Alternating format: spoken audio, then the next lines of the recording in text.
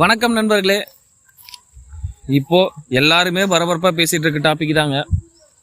அமெரிக்காவும் இஸ்ரேலும் சேர்ந்து ஈரானை தாக்குறதும் ஈரான் அதற்கு பதிலடி கொடுக்கறதும் தான் இப்போ வேர்ல்டு ஃபுல்லாக பரபரப்பை ஏற்படுத்திட்டு இருக்கக்கூடிய ஒரு டாபிக். அதாவது லாக்டவுன் வந்துருமோ அப்படிங்கிற அளவுக்கு வந்துட்டு இருக்கு. என்னன்னா இவங்க அடிச்சுக்கிறதுனால ஃபுல்லாக உலக நாடு ஃபுல்லாகவே பொருளாதாரத்தில் வீழ்ச்சி அடைஞ்சிட்டு இருக்காங்க.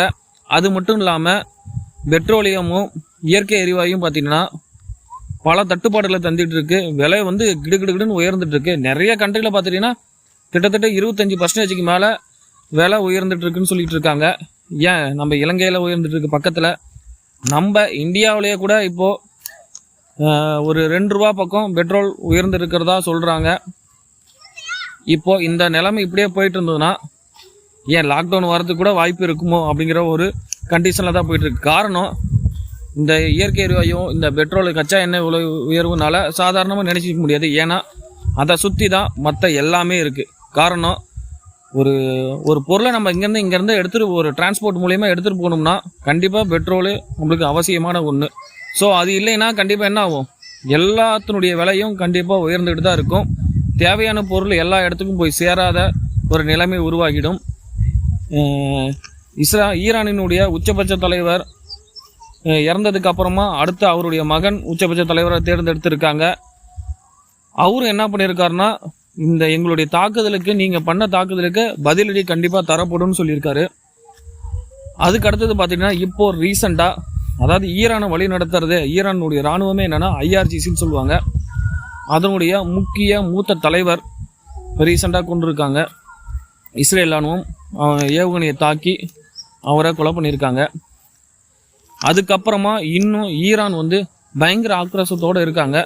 இப்போது ஒரு நாளில் மட்டுமே ஈரான் 9 நாட்டு மேலே தாக்குதல் பண்ணியிருக்காங்க. இதெல்லாம் உண்மையிலே பிரமிக்க வைக்கக்கூடிய ஒரு விஷயமாக தான் இருக்குது. ஒரே ஒரு நாடு 9 நாட்டு மேலே ஒரே நாளில் தாக்குதல் பண்ணியிருக்காங்க.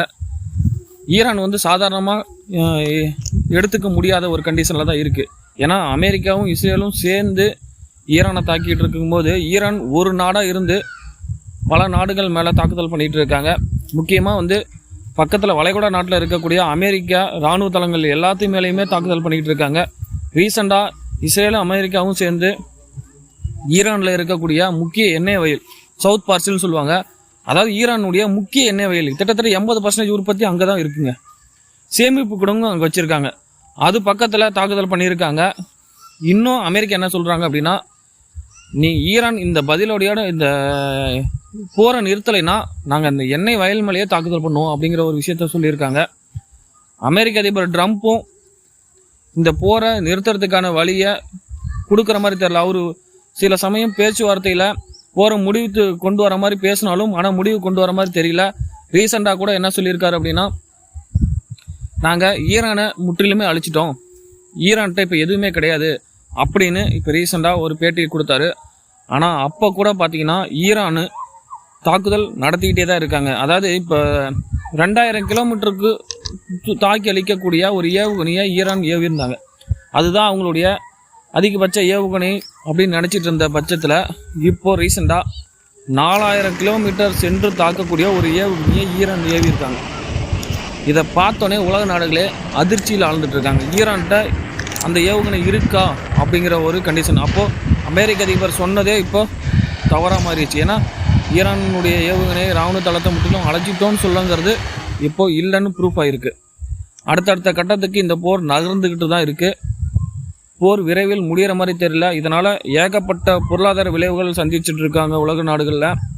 பல நாட்டில் ஏகப்பட்ட பொருளாதார பிரச்சனை ப்ளஸ் கச்சா எண்ணெய் உயர்வால் பல பிரச்சனைகளை பொதுமக்கள் சந்திச்சுட்டு வராங்க.